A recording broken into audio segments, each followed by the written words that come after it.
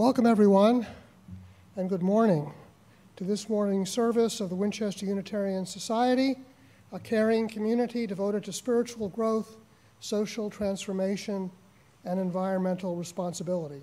And as a welcoming congregation, we affirm the full inclusion of people of all sexual orientations and gender identities.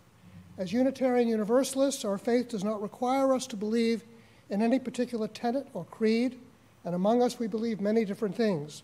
As the first minister of this church, Richard Metcalf, put it so many years ago, we do not regard even the best creed as final. We look for new truths and new statements of old ones. We maintain the unlimited right of free inquiry.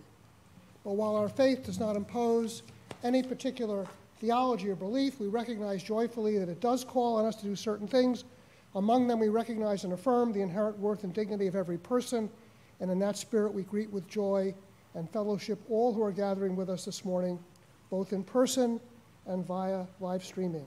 Again, welcome to you all.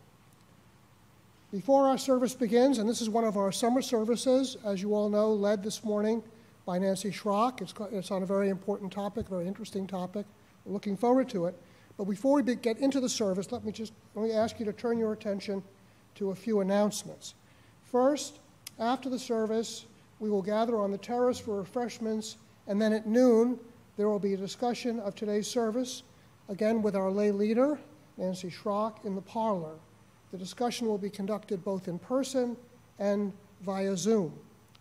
And today, I want to remind you that there are only 3 summer services after today, only 3 summer services left in our schedule this season. Next week, on August 21st, we'll be presenting the Unitarian Universal Association 2022 Service of the Living Tradition, featuring Pastor Jacqueline Duhart's sermon, Radicals Rise Up Now, Now is a Moment. Pastor Duhart is the Director of Spiritual Care Services at the Starr King School for Ministry. And then on August 28th, Ivan and Joshua Correa will lead a service entitled Extreme Gardening. And I'm sure you all want to be there, and I have an idea that we will be also serving as refreshments a panoply of Indian delicacies. And then on our final Sunday service, on Labor Day weekend, on Sunday, September 4th, our service will be led this year by Lee Barton, and Lee's reflection is entitled, The Open Mind and Its Enemies. I know that you don't want to miss any of these coming summer services, which will be available again via live streaming, as well as for those attending in person. So if you're off in Maine canoeing, you can always take your phone and watch it while on the water. Now, for those in the sanctuary, let's all give a wave to those of us who are joining through live stream. And now let us take a few moments to greet one another briefly, and you'll all be called back into service by the ringing of the bell from our partner church in Maharshaveh, Transylvania.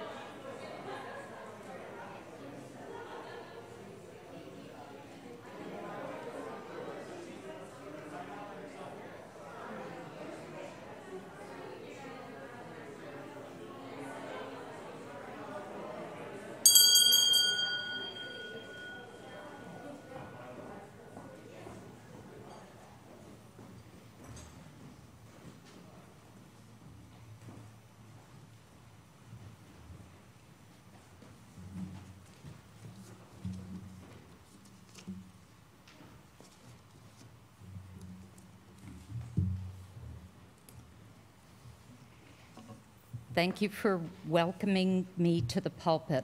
My name is Nancy Schrock, and I began coming to services here at the invitation of Vicki Coccoluto and Marilyn Mullane about 4 years ago.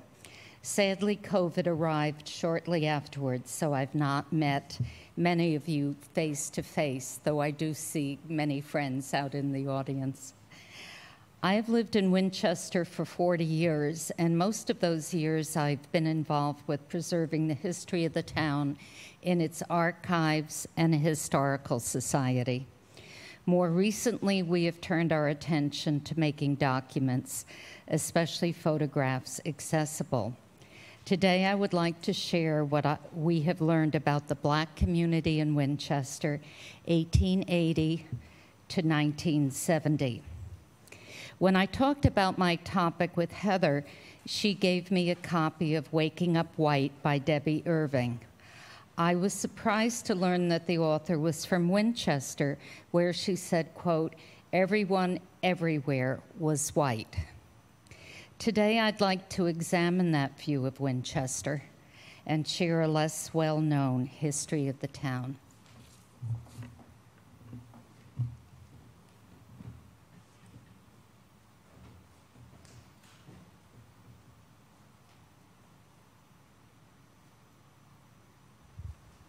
Our chalice lighting words this morning are by Kimberly Ain Tomstock Carlson. We are a people of memory. As inheritors of our ancestors' legacy, we hold their stories tenderly, gleaning wisdom from diverse journeys, united in hope for the future. Guide us to trust and love as we kindle this flame together.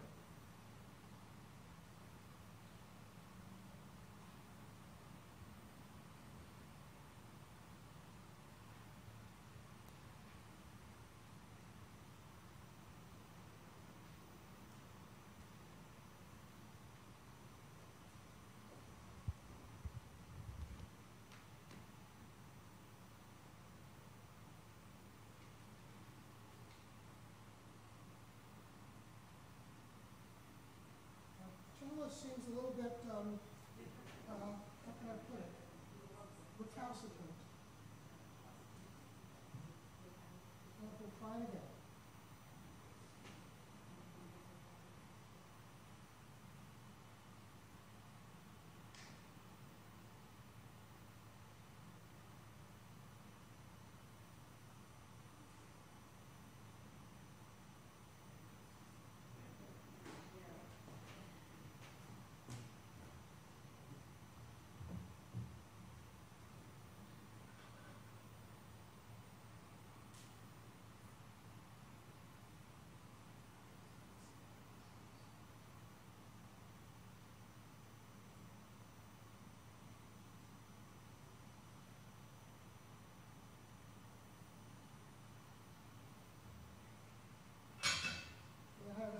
For Peter McAfee. There you go, Peter. Fellow Worship Associates Unite. And now please rise in body or in spirit for the singing of our first hymn. We are dancing Sarah's Circle, hymn number 212.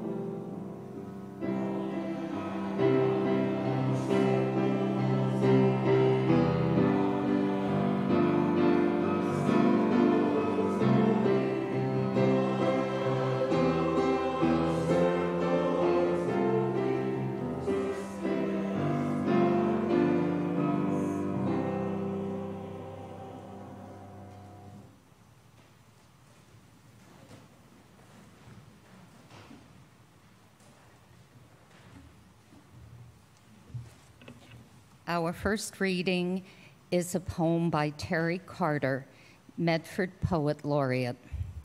It's called The Warming of Other Suns. They made their way north in caravans to cities of industry, jobs, and hope, sometimes with just the clothes on their backs. They ran from the Klansmen and racist attacks. They'd witnessed lynchings. They dined on Jim Crow, and thus the South would provoke them to go in search of other suns, warmer suns.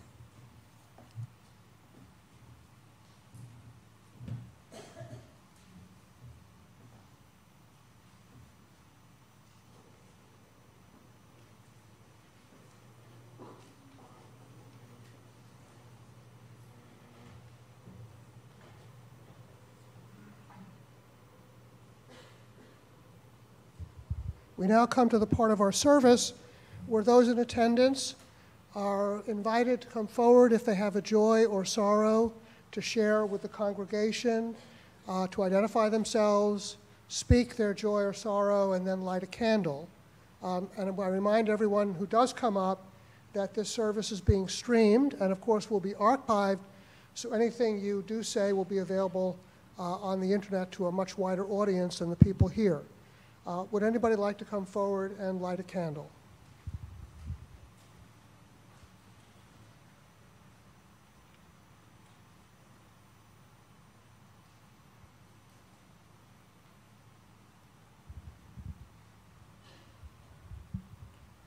My name is Claire McNeil, and my husband and I, speaking of the generations passing, celebrated our 55th wedding anniversary last night with our children and grandchildren.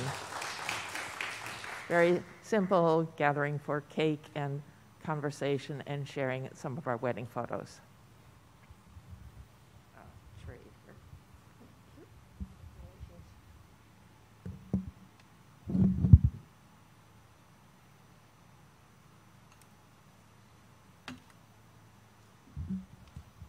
Anyone else?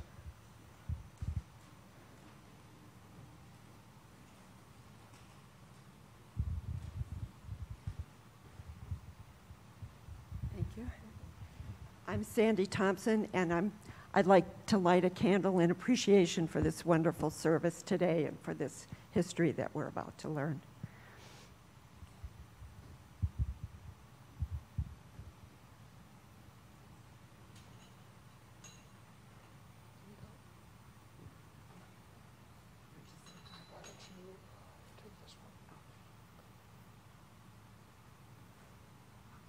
Thank you. Thanks, Cindy. Thank you.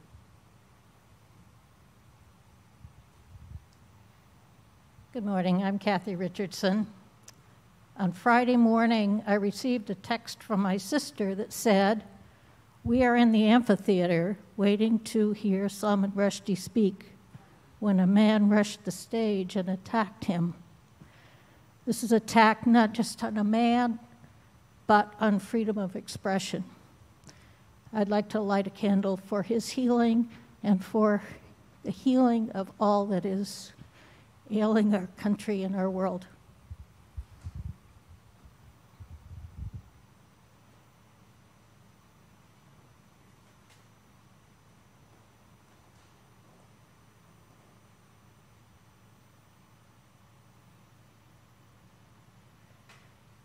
Thank you.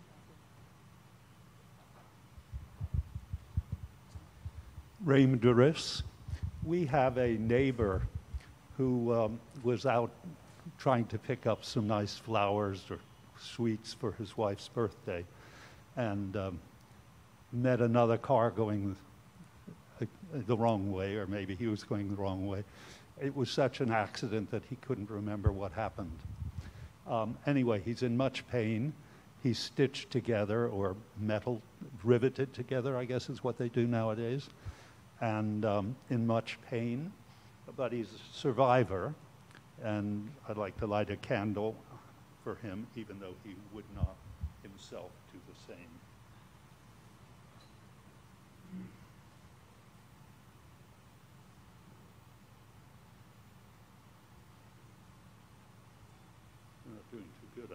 Soon to fire seems to be our enemy. What is this damn thing? Good. May peace be with them. Thank you. Anyone else?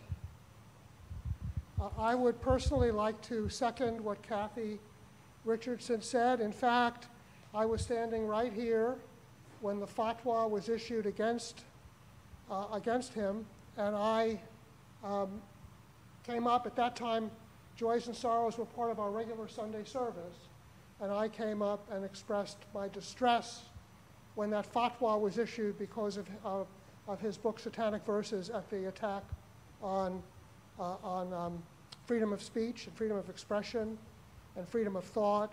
And like Kathy, I don't have that personal connection, but one hoped that this was all over, but obviously it wasn't. So I also will light a candle for Salman Rushdie and for the hope that for his recovery and for constant vigilance against these attacks on freedom of thought on whatever basis they are brought or done.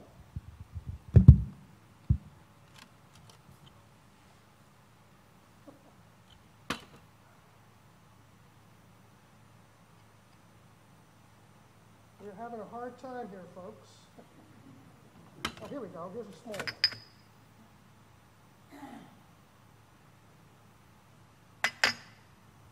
And finally, I'll light a candle for all those joys and sorrows that are in people's hearts that have not been expressed aloud today.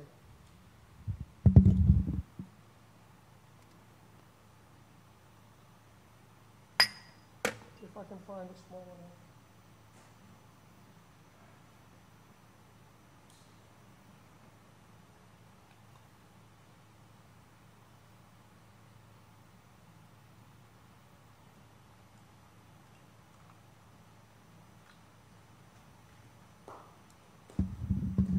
We'll now have a time of silence, followed by singing the hymn named in your order of service, but singing it seated.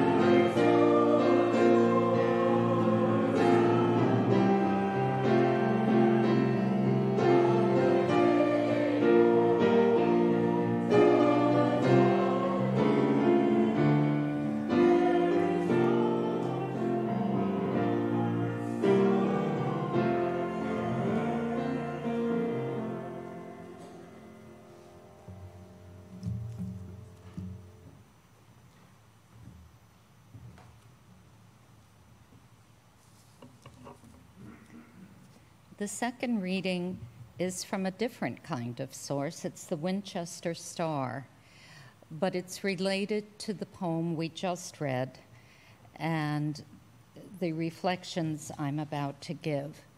It was published on January 25th, 1901. The title was "The Baptist Mission Has Important Work That Should Be Encouraged and Assisted." Quote, 10 years ago, you could count the colored people of Winchester on the fingers of a single hand. Today they number about 150. The bulk of these come from Virginia, some from North and South Carolina, and a few came from Canada. The disturbances in the South and the social unrest of the colored people there have set in motion a tide of emigration, which is flowing to the north. Winchester is receiving her share of the oppressed. And now we'll see how the AV works.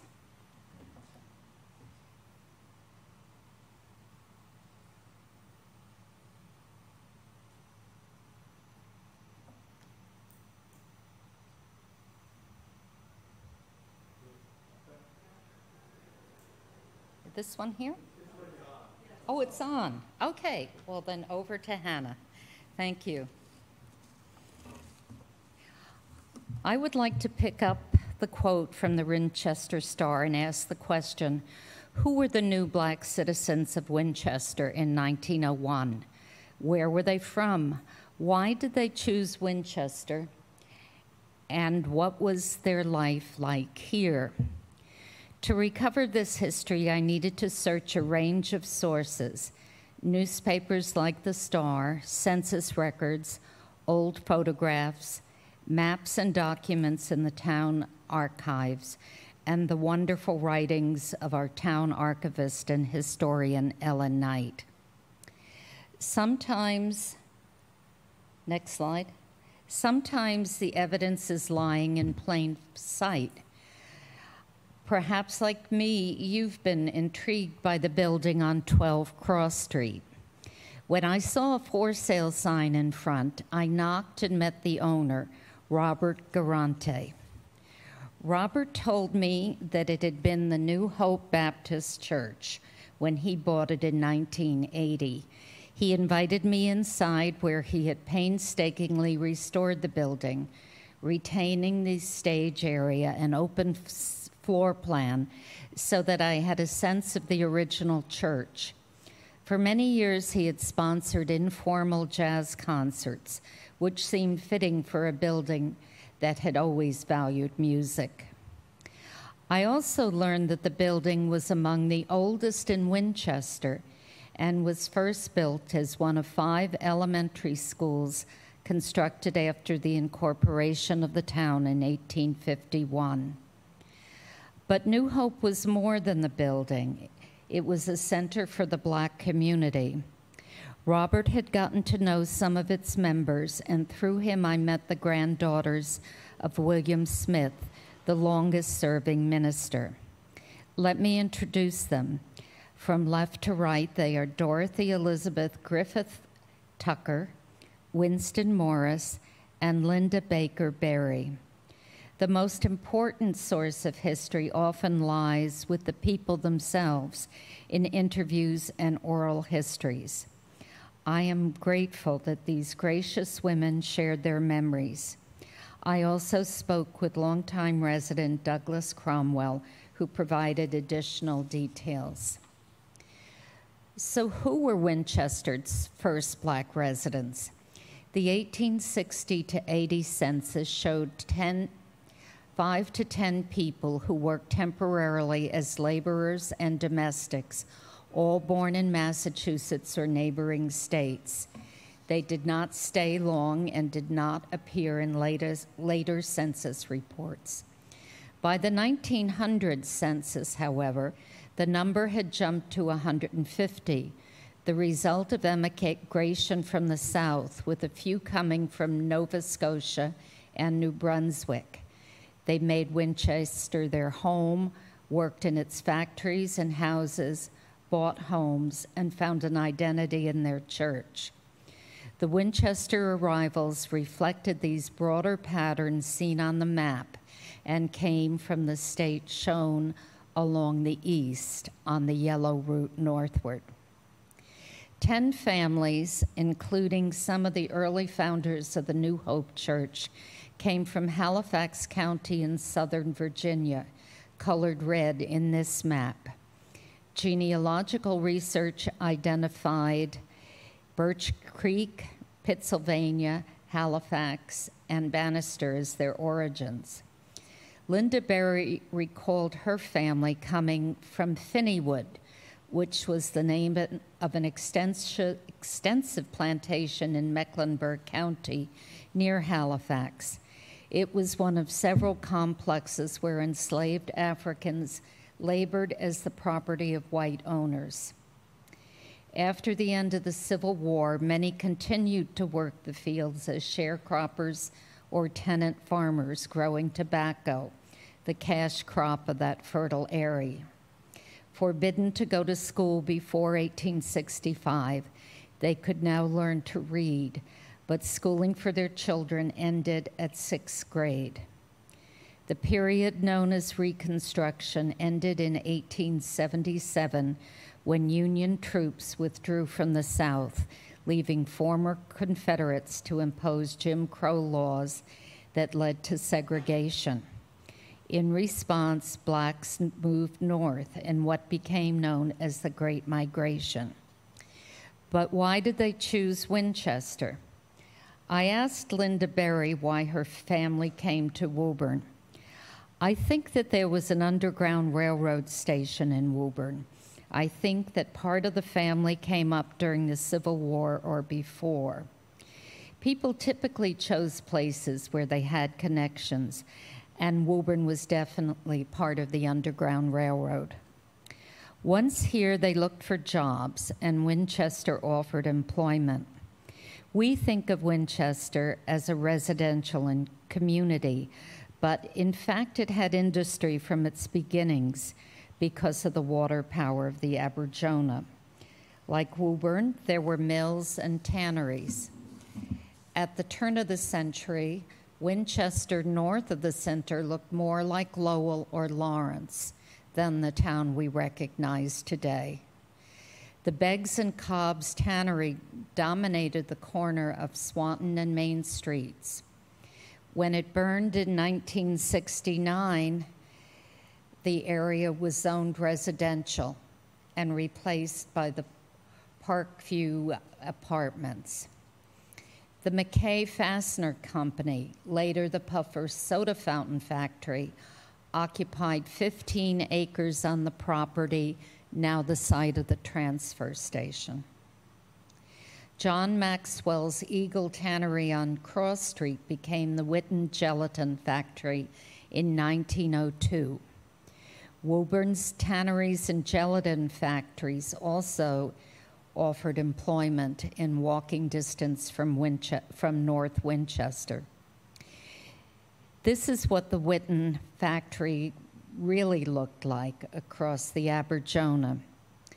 Among the jobs listed in the census were couriers, leather finishers, day laborers, glue workers, janitors, screen makers, farm laborers, barber, coachman, freight handler, and others.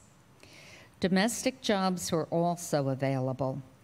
In 1930, 45 blacks were live-in servants at homes on Bacon, Cabot, Calumet, Dix, Fletcher, Glen, Glengarry, Lakeview, Norwood, Swan Road, and many others. This photograph was taken at 6 Cliff Road in 1900 and shows Nanny Gardner, born in Virginia, with her charges. Domestic help also lived in the plains and walked to work as washerwomen and cleaners. Where were their homes? The newly arrived families lived in the plains, the north end of town bordering Woburn, indicated by the black arrow. The area was less desirable for housing because it was adjacent to factories and the then marshy Aberjona River. It was finally developed in the 1890s when the Suburban Land Improvement Company laid out 100 lots between Cross and Swanton Street. Small and affordable, these provided homes for factory workers. By 1916, blacks owned nearly half of the 51 houses on Harvard and Irving Streets. Sometimes families rented out rooms to men who had come to find work before bringing their families. These photographs from a photo album that Bruce Jones shared with the archives shows the area around 68 Harvard Street with its open space.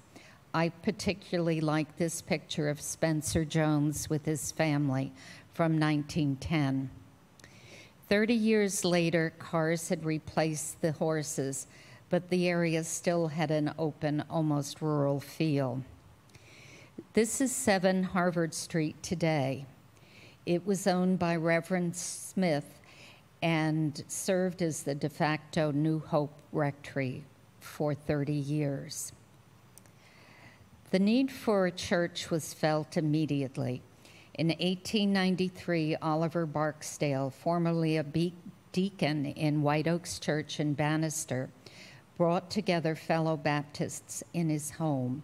The First Baptist Church in Winchester established a mission, which was served by a series of young ministers. In 1896, the church received permission to use the old Washington School. It was incorporated in 1905 as the New Hope Church. This map shows the neighborhood around 1900. The right pointing arrow shows the allotments that would become Harvard and Irving Street. The upward pointing arrow shows the lot that the early church members bought for a new church building. Other arrows show the Witten factory and the first and second Washington schools.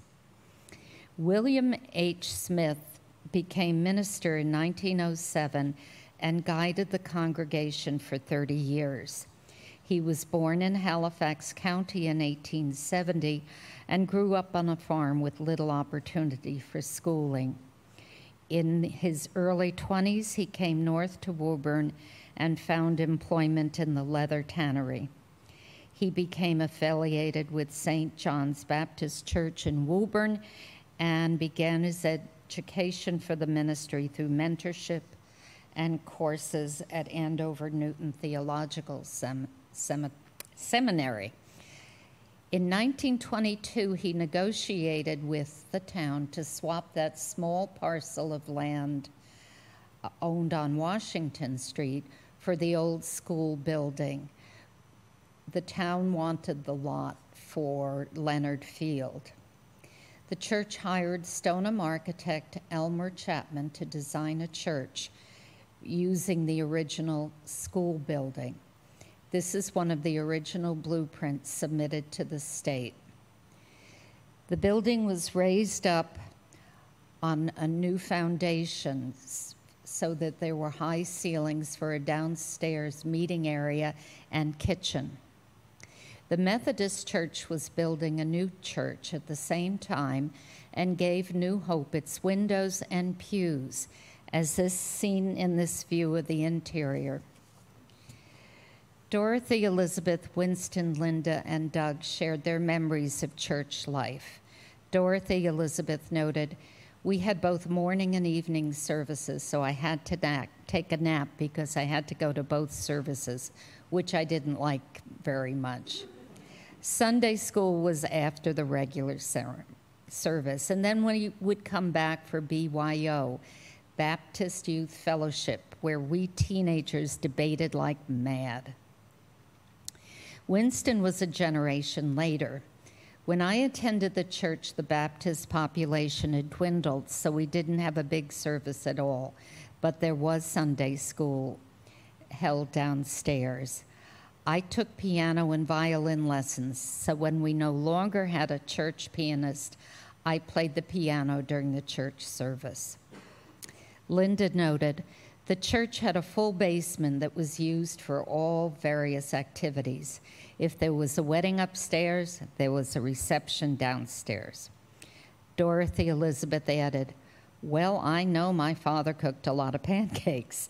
The men were great cooks, and that's the only time they really showed their cooking skills. They all remembered the outdoor Easter sunrise service. Quote, afterwards we had this great big breakfast, which was wonderful. We had bacon and eggs and pancakes and sausage and biscuits and baked beans and juice and coffee and milk. Good smells coming from the kitchen, and everyone seemed happy. The whole neighborhood came. All of them recalled the July colored picnic held in the Salem Willows amusement park as the highlight of the summer, when they got to see all their cousins. I learned there was a network of Black Baptist churches that shared ministers and ministry in Winchester, Woburn, Medford, Malden, and Everett. They all participated.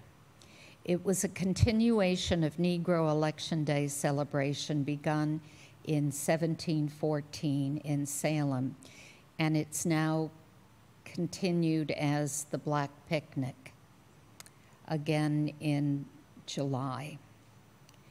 New Hope was known for the quality of its music. The choir was invited to perform in the 150th anniversary celebration of the town's incorporation. Thanks to, you can see their songs listed here, and thanks to John Kramer, we listened to some of the pieces they performed. But Blacks and Italians and other newcomers were not welcome everywhere in town. For example, Winchester did not build a public swimming pool. While the West Side had its boat club, country club, and tennis courts, the Plains had Leonard Pond across from the Witten factory. The Depression hit Winchester, and the number of factories dropped from 20 to 13, and families did without maids. In 1940, Lewis Parkhurst of the Unitarian Society led a drive to pay off the mortgage for New Hope. In his article in the Star, he notes that the number of Blacks had dropped from 250 to 150 as people moved to find new employment. The drive was successful, and the church continued for 30 more years, but numbers steadily declined. Some of the drop was caused by members joining the other churches, but there was also an exodus of Blacks from Winchester. Doug Cromwell mentioned, it was simply that there was an opportunity here, but there was also a growing feeling that they weren't welcome, and it was felt more by the generation between my father and me. My dad never had any problems, but the children of his generation were the ones who left, like the Barksdales, who had been here forever. And there was the issue of housing. I felt that Black people were destined to one area, and that area was set aside. I remember my father saying that more affluent African Americans tried to get housing on the West Side, and they would be steered to this neighborhood. Oops, we should be back one slide. Oh my goodness. Could you go forward to, I'm sorry, there, that's the slide it should be. That's my fault, not our able technician in the back. Indeed, the redlining maps for Winchester of 1938 attest to this. Although Winchester had no red area, the plains and the factory housing west of Main to the cemetery were labeled in yellow as, quote, declining. While the Irish and Italians could move to the suburban housing being built in the former farms along Johnson Road on the west side, Black people could not. Now now we have to go back one. There. Now we're on track. The last minister of New Hope was Benjamin Berry, husband of Linda Baker Berry, with whom I spoke. She described the last years of the church. Ben began a few other non-Sunday activities like a bowling league, Epicurean club, where they would go out for dinner. However, the average age was 70, so they were dying off one by one. When he took over, there were only 12 members left, but by the end, there were only 6. The biggest activity was putting a roof on the church. It was literally caving in, so Ben got hold of the music director at Morehouse College, which has a fantastic traveling choir, and made arrangements for them to come up. We sold enough tickets to fill the high school, Lincoln then, and had the reception in the Unitarian Church. It was a huge event, biggest of the year in town except for the Anka Fair. While the church raised enough money to roof the church, it closed shortly thereafter. The building became overgrown as the Baptist church figured out what to do with it. The church members tried to find an arts group in town to purchase it, but neighbors did not want traffic. Finally, the Baptist church released it for sale. Thanks to Robert Garante, it remains intact as a building, now a home. I would like Dorothy Elizabeth and Winston to have the final words. I asked them what they would like you to remember about New Hope. Dorothy Elizabeth said, well, the New Hope Baptist Church was actually community and immunity. It was a place where we did and learned everything. We learned about Black history, we learned naturally about our faith, and we learned about music. Winston said, the church should be preserved as a historic site because there was so much history of African Americans, and maybe the only history that's left of African Americans in Winchester. And Dorothy Elizabeth has the final word. This was a space for survival. This was a space where people could find out who they really were, not being defined by other people. And that's what I call a shelter, a place where you can come and learn about you as a person and get the self-respect, your own self-respect, even if nobody else chooses to give it to you. Thank you.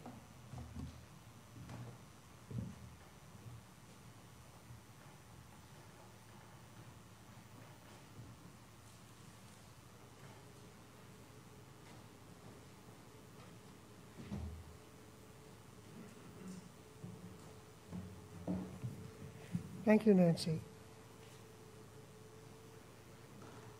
We now come to the time in our service when we ask for an offering. And once again, if I were to ask myself why I'm a member of this church and why my wife and I have faithfully attended it for so many years, all I would have to do is think of a service like the service today to have my answer. And this service, it seems to me, yet again demonstrates why this church is so worthy of our financial support. And so we're now asking those here to make an offering that helps us exercise our generosity of spirit, an offering that will help support this self-supporting church and its many ministries. And I want to note, as Nancy alluded, the choir will be singing during the offering the same hymn that the New Baptist Mixed Choir sang at the 150th anniversary of the founding of Winchester. The morning offering will now be generously given and gratefully received.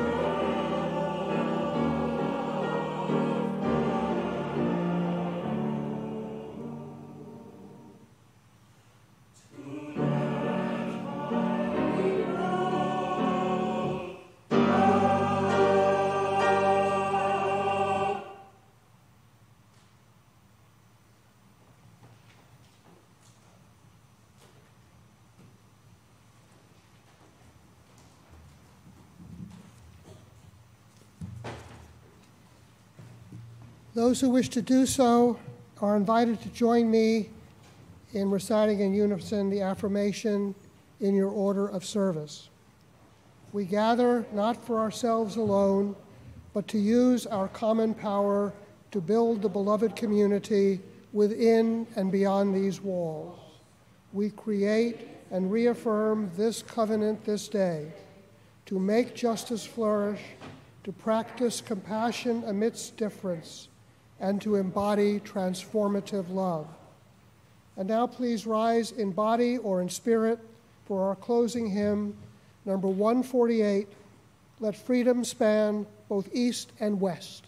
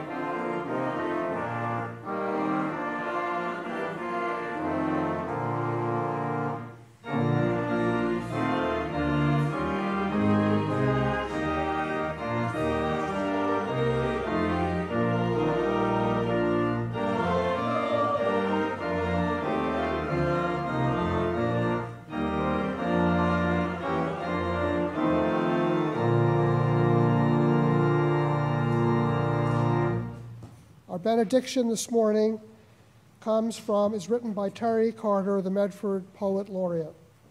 In the rural manse and the urban sprawl, he left a love of harmony. He left the hope of dreams. He left a land awakened to the song of diversity and the soul of the rainbow.